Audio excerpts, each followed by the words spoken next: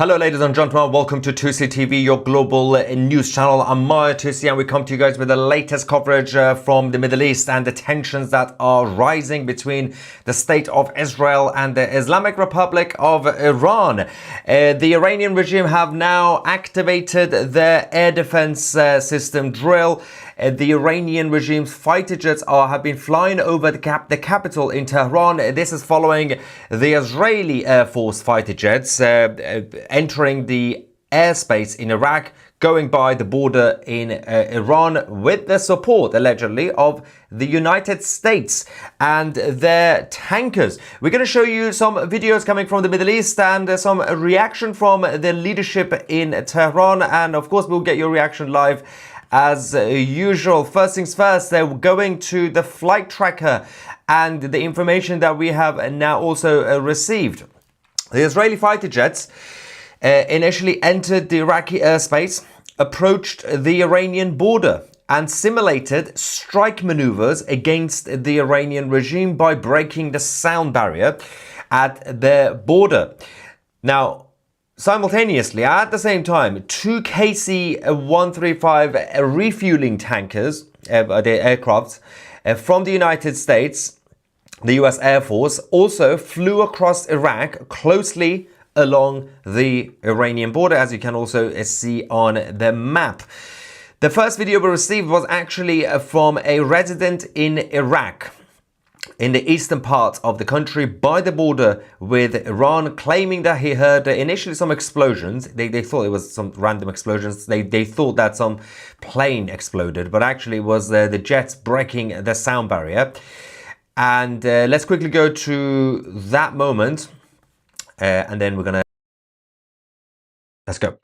وسط ميزان منطقة الرفاق مرت من هنا أطفاء ورا ما صار الصوت العالي اي والله يعلم يعني ما ندري احنا شنو صوت الانفجار طيارة او انفجار او حريق صار الرفاق سمع بشيء هاي والناس ما شاء الله متجهة ورا الأطفاء.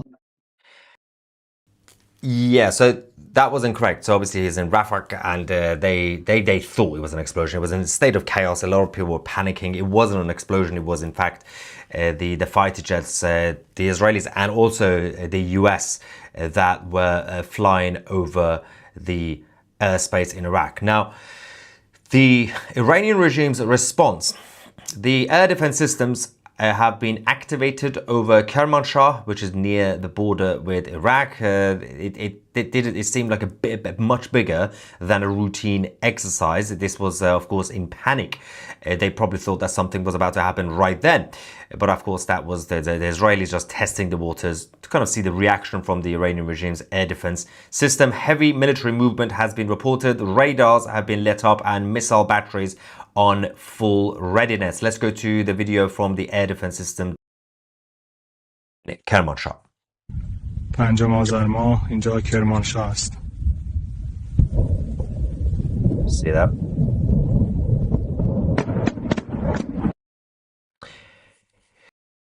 Yeah, so they had to obviously do that, and they have to now test to ensure that their air defense systems are prepared for any inevitable escalation or breakouts. Having said that, the fighter jets of the Iranian Air Force have also been active flying over the capital in Tehran following the information that they've received claiming that about the Israeli Air Force conducting strike practice operations against Iran. That's what they're obviously calling it. So let's go.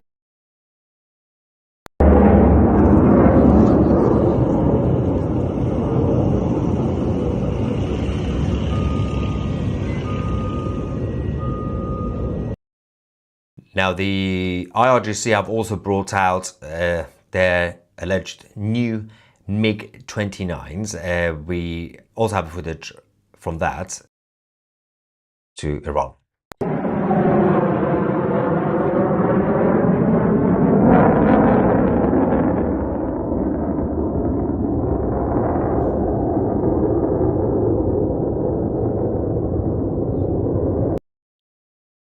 Now, there's been a lot of controversies around this fighter jets, but the Islamic Republic claim that they are fully prepared for the inevitable. There has also been a direct response from Ali Khamenei, the desperate supreme leader of the Islamic Revolutionary Guard, saying that the Americans bear joint responsibility for these provocations and will pay for them. So the Islamic Republic of Iran's supreme leader is now directly threatening the Americans. Of course, this comes as we said, the Israeli maneuvers happening. Two US Air Force's KC-135 tankers, refueling tankers, were also flying alongside them over Iraq by the border in Iran, close near Basra. This is why the Islamic Republic are also basically accusing the United States of coordinating this, and this was a joint exercise and operation to kind of test the Iran's air defense system. Of course, the Americans have not commented on this, but we do have the evidence in terms of the flight tracker. So we do know that the US tankers were flying over, but they might just say, oh, it was just a coincidence. We were also just flying down towards Qatar. Everything was fine.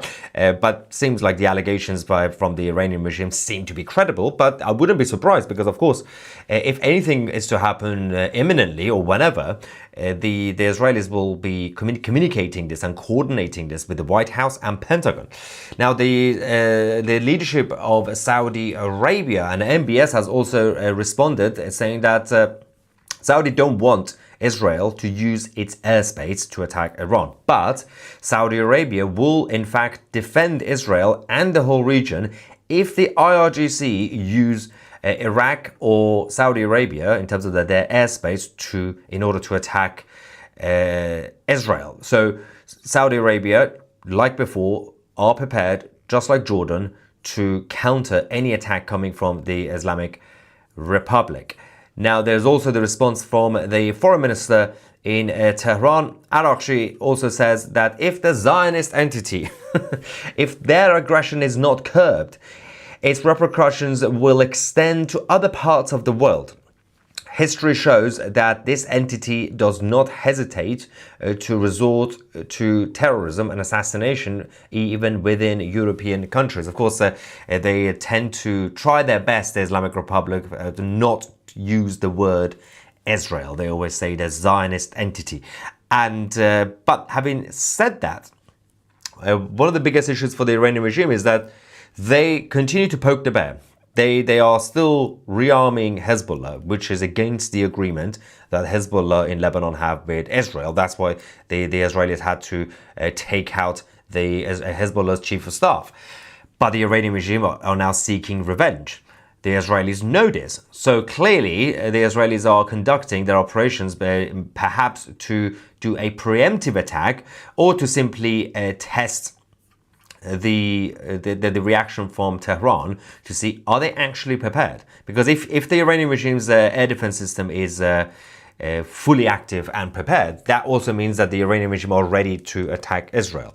So this could also be that sort of testing the water to poke the bear in Tehran to see what the IRGC do.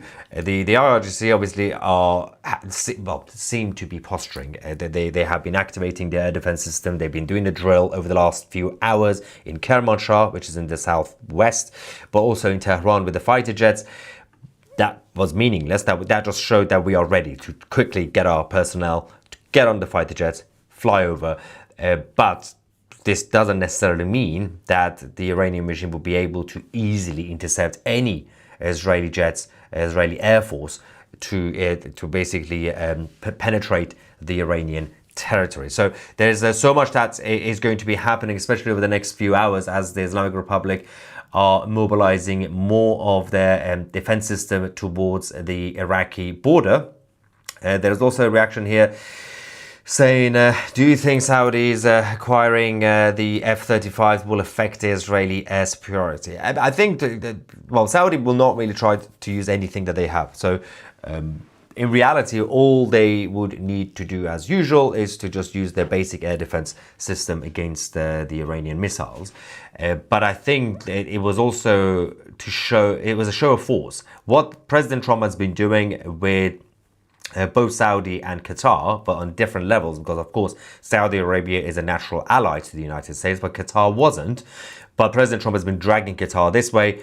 Obviously, we're also keeping al-Jilani in Syria close, because obviously all those guys, al-Jilani don't like the Shia side. They don't like the IRGC or Hezbollah. But the idea is to send a message to Iran that everybody around you, that they are either against you or we are keeping them away from you, including Qatar. Saudi is already against Iran, we know that. We've seen the situation in Yemen. But Qatar, that have not really been a natural ally to Iran, but at times the Qataris have been a puppet of the Islamic Republic. The Americans are keeping them close, keeping an eye on them, throw them some freebies, but at the same time tell them do not get involved with the Iranian regime anymore. And Qataris have basically, publicly at least, stayed away from Iran for the past few months. Carter says, as you say, Tusi, the desperate Ayatollah Khamenei is threatening the US. I can see why Khamenei is getting desperate. Israel will definitely stomp the Islamist regime. Yeah, I mean, there's a lot of chatter that if the military operation is going to be happening now or before Christmas or before the Persian New Year in March, then this will be it, because the Israelis will have to basically give a guarantee to President Trump that if there's going to be any other, but let's just call it a second war situation, that it has to be done with accuracy and very quickly, because President Trump can't afford an ongoing conflict, keep going on and on for weeks and months, when his whole platform is, I'm against war. I'm against basically wars to be dragged on. He's not necessarily against all conflicts, especially when it's in self-defense like Israel, but he doesn't like it when there's a situation where conflicts keep going on and on, because obviously he's the leader of the free world. Everybody's going to be looking at him saying, why is this still going on? So if anything happens, it will have to be very accurate and very quick from the Israeli perspective. If they're going to hit Iran, this will be it. This should be it. Otherwise, it's just going to be completely embarrassing for everybody, for Netanyahu, for Trump, everybody. You think Khomeini's dead. Khamenei, you meant... different people. Khamenei would have got the message the last time he threatened US. His nuclear facility is destroyed. Yeah, so, but that's just the bread and butter of the Iranian regime. They wake up and chant death to America. That's just natural stuff that keeps happening. Oh, but Maya, you forgot about all the embezzled funds being passed along from American taxpayers, being laundered through countless shell companies, then on to Hezbollah and Hamas. I haven't forgotten that. I don't think anybody has forgotten that. I think everybody remembers that. It's something that everyone's been talking about for over a year now. Now, let's double check. Nader says, Iranians stand with Israel and we can't fight this regime alone. That's true. Yeah, of course, the Iranians do know this. There's a big problem of obviously not being armed and not being revolutionary has made it slightly difficult for the Iranian people to fight back. Their uprising continues, but the Islamic Republic don't care about the Iranian people, so they just kill. It's not like a normal dictatorship where at least the dictator still cares about the country. He tries not to kill everybody, but sometimes he has to. This is completely, they're ruthless. They don't really care. And now this is also a good reminder, Tehran is number 4 for most polluted city. I think that's gone up now because the situation over the last few days in Tehran has been absolutely shambolic. So because of the air pollution, they've had to close down a number of schools and government offices, departments and offices have had to be closed down. Because it's completely out of control. And of course, with the lack of electricity, lack of water, lack of gas, for a country that is naturally, obviously, a gas nation, it's embarrassing. So things don't seem to be going too well. And once people become normal people, not necessarily the political people, not those who obviously want the regime to go, but those who are just keeping their head down, very, very shortly, it's going to explode again. Because what happened in 2019, when the wave of uprising started, was actually what we called a cost of living crisis revolution. Because it wasn't really just about politics. People were desperate. And the same thing is happening again. Obviously, one demand of the majority of Iranian people is just regime change anyway. They know that. But there's a big chunk of the population that are political. They're saying that we need the Islamic occupation to go away. But then there's still a lot of people who are against the regime, but they're kind of keeping their head down because I don't want trouble. But they are now desperate because they can't live. Everything is unhealthy. Everything is falling apart. And the only way is an implosion inside the country once again.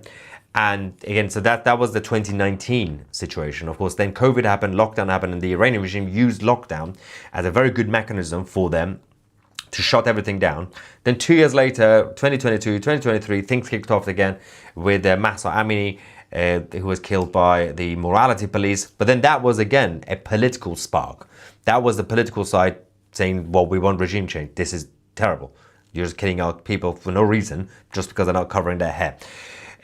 But obviously, the 2019 uprising, the cost of living crisis uprising, is coming back because there's no money, there's no resources, and the government is not really in control of anything.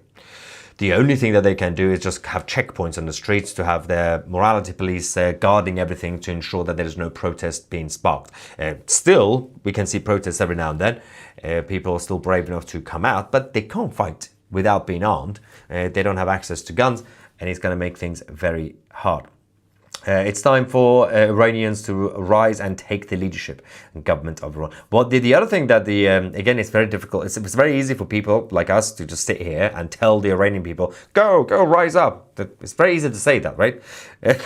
Sitting in a comfortable place, telling other people to do something, right? But once that happens, and of course, we are seeing the final days of the Islamic Republic, and by days, it's obviously we're saying it figuratively, so it could be weeks, could be months, but it seems to be going down. They're not coming up again. Everything is just in decline. Once that happens, whether it's going to be as a result of the Israelis hitting the IRGC falls apart, the Iranian takeover, or just the Iranian people with the military takeover randomly, suddenly, very quickly. Once that happens, hindsight, the Iranian people, all of us, could look back and say, on paper, oh, it was easy. You just take over. But it's easy for us to say right now, go on the street, go on the street. But I can assure you, once that happens, because the power of the people, you got millions and millions against less than 5%, to be generous, 5%. 5% of the country are IRGC.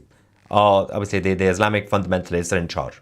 Most of them are not fighters, because most of them are just the relatives and the kids of the IRGC. But 5% against 95%. You don't even need the 95% to come out. You just need 30% to come out. If they come out, take over, it would be quick. It will be very, very bloody. That's why it should not be my job or anybody to tell people in Iran to rise up, because they're going to die. It's up to them if they are going to be brave enough. A lot of people will die, unfortunately, but it will be very quick. But once it happens, then people will look back, be like, okay, it was a very rough half an hour, but they are finally gone. Now, have a sip of water and relax, says God Best Friends. How many years do you think this Iranian regime has left? It was around 2023, where I said, because I don't do predictions because it's always embarrassing, but I did say, okay, off the record, if I do a projection, I would give it 5 years max. That was back in 2022, 2023. And right now, again, this is not really a concrete promise, because I'm not in charge, I'm not God. It will be definitely within 2 years, but it seems to be less than a year. It could also be any moment. It could be by Christmas, but There's no guarantee, obviously. But once the next spark happens, whether it's obviously the Israelis hitting, I think that's the final thing that's needed for the military to rise up, because the military are saying that they are ready, but they're not ready, because they are ready. They are communicating with each other slowly through the Crown Prince. They have a network apparently of tens of thousands, but they need some sort of opportunity. They need a spark. They need an excuse to come out to take over the regime. Once that happens, it will be just like Bashar al-Assad. It will be very quick. People about 2 years ago, if I were to talk about Syria, the position was, oh yeah, do you remember about 10, 12 years ago, the attempt to do the civil war in Syria? It was a mess, but Assad won. Assad definitely won. He destroyed all of them. He destroyed his opponents, the pro-democracy people. He destroyed the Kurds. He destroyed the ISIS guys and everybody else. And it seemed like Assad is here to stay forever. Very strong, very stable. Even like literally 10 minutes before it started. And the moment it started, the moment Al-Jilani, with the help of Erdogan, they started pushing in, Assad knew. This time he didn't fight back, because there was a conversation through, obviously, Putin, through Erdogan to Putin, Putin to Assad. This time you can't fight back. You gotta leave now. Took about 12 minutes. Escape, done. The same Assad that 2 days before we would have said, oh yes, Syria, that was a failed civil war. Assad won. He's very strong. He's not going anywhere. That's impossible. Everybody else fell apart. Egypt fell apart. Libya fell apart. But Syria didn't. Obviously, it still fell apart. A lot of people just basically died. But Assad won. And then he suddenly didn't win. Blue Sapphire, question. Do you think with all the military people who defected but are still in the ranks will sabotage any attempt of the IRGC at a successful war? What does that mean? Will sabotage any attempt of the... So does that mean, you mean the sabotage as in the IRGC trying to come back? Or them sabotaging the... Basically, yes. I mean, if what we have been seeing and hearing is true, that tens of thousands are basically... are ready or on standby, you don't even need tens of thousands. You just need a few thousand of the top people in the military. Because it's all symbolic as well. Because they are armed, they are professional and experienced. If they come out, if they do something, take over a couple of military sites, the rest of the people will go, oh, there we go, we can go on the street. There is no way for the IRGC to return. It will be even quicker and more embarrassing than what happened to Assad in Syria. They're just going to escape. Gone. Because these people have no foundation anymore. They have no safety net in Iran. They've lost their allies. They've lost their proxies. There's no support in the country. They don't have enough money anymore, real money. They don't have any, the skeleton of any sort of regime or dictatorship that you need. They're just sitting there right now. They're literally cornered, but they have guns. They are armed. They're cornered, and they're just pointing at everybody who's coming towards them, from Israel, from the United States, from the people, from the military, from the Crown Prince's side, their own people who could be Mossad agents. They can't even trust anybody. They'll turn around like, do I trust you? No. They don't have the foundation anymore. So the dictators who had a foundation, like Saddam, relatively like Gaddafi, because towards the end he had some traitors who were basically sabotaging him, even those would collapse. Obviously, that was as a result of a military action against them. We can't say the same about Assad. Technically, it wasn't paramilitary action against Assad. It wasn't a military action in that sense, but because Al-Jilani had massive support from Erdogan in Turkey, it was basically, it seemed like a military action. But it wasn't the same. It wasn't like airstrikes hitting the capital in Damascus. Carter also says, word of advice, Khamenei, spend money on digging water wells instead on your thugs in Lebanon, Gaza, and Yemen. Well, that's the thing. The money is running out even for those guys. The only focus right now is Hezbollah. Only because there is an obligation from the Iranian regime's perspective when it comes to Hezbollah. Hezbollah is not a proxy of Iran. Hezbollah is the Islamic Republic. So Hamas in Gaza and the Houthis in Yemen are a proxy because, they went to them and say, okay, so you guys are against the Jews, we're against the Jews, we're going to help you.